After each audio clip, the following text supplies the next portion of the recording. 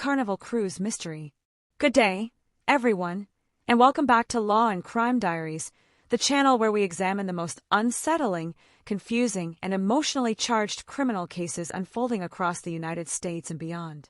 Today, we are investigating one of the most disturbing and heartbreaking cases to emerge this year, a case that involves a family vacation, an unexplained death, new allegations of obsession, sealed FBI files, and a 16-year-old now being referred to as a suspect. Before we continue, please take a moment to like this video, subscribe to the channel, and turn on all notifications, because cases like this require careful attention, verified reporting, and a commitment to uncovering what really happened behind closed doors. This investigation centers on 18-year-old Anna Kepner, a Pennsylvania teenager who boarded a Carnival Cruise ship with her family, expecting a week of sun, relaxation, and unforgettable memories. Instead, she never returned home alive. According to news sources cited by ABC News, the official cause of death has now been released, but federal investigators are offering almost nothing to the public. Her body was reportedly found hidden underneath a bed inside the cabin she shared with a family member.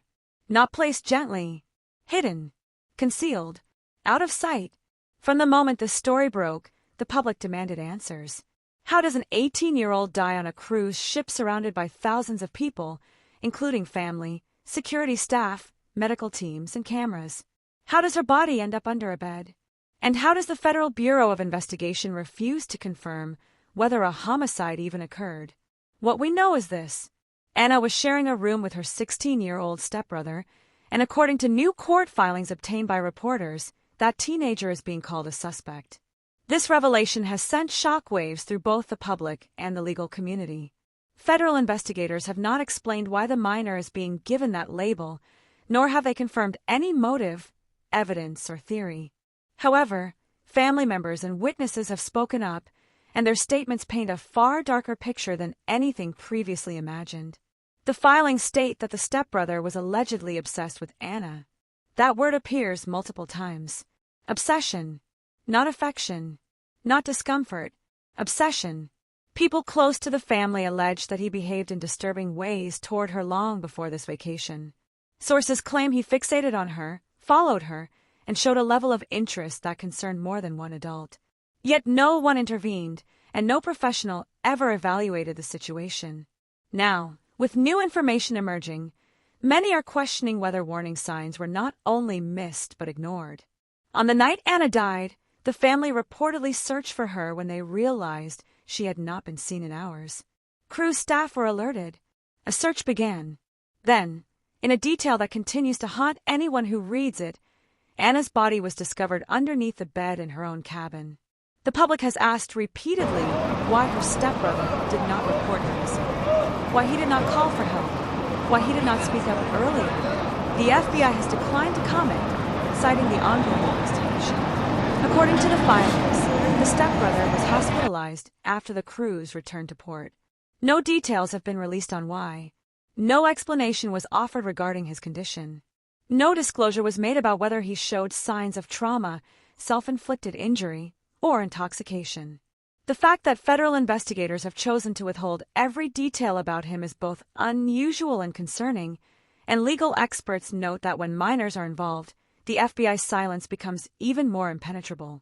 Court documents refer to the stepbrother as a suspect, but investigators have not released probable cause, physical evidence, or autopsy specifics.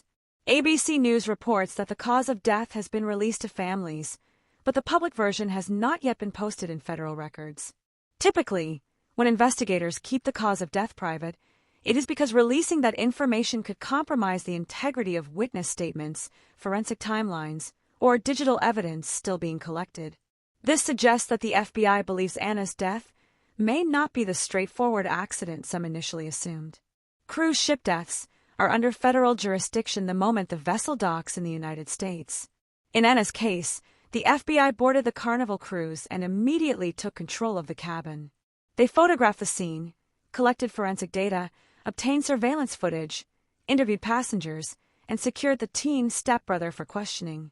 Yet no arrest was made, no charges were filed, no public safety warnings were issued.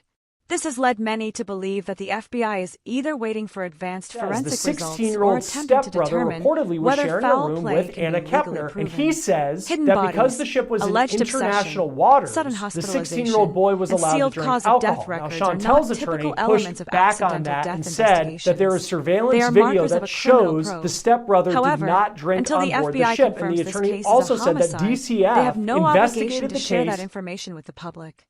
As of today, the stepbrother has not been charged with any crime. His name remains protected due to his age. Anna's November family is 7th, the demanding next day. answers. Kepner's family, The they public got is together for demanding breakfast, answers. and Reporters Anna have repeatedly asked federal officials whether they believe Anna was killed, whether she died in an accident, or whether another cause is being considered, and the FBI has refused to provide a single answer.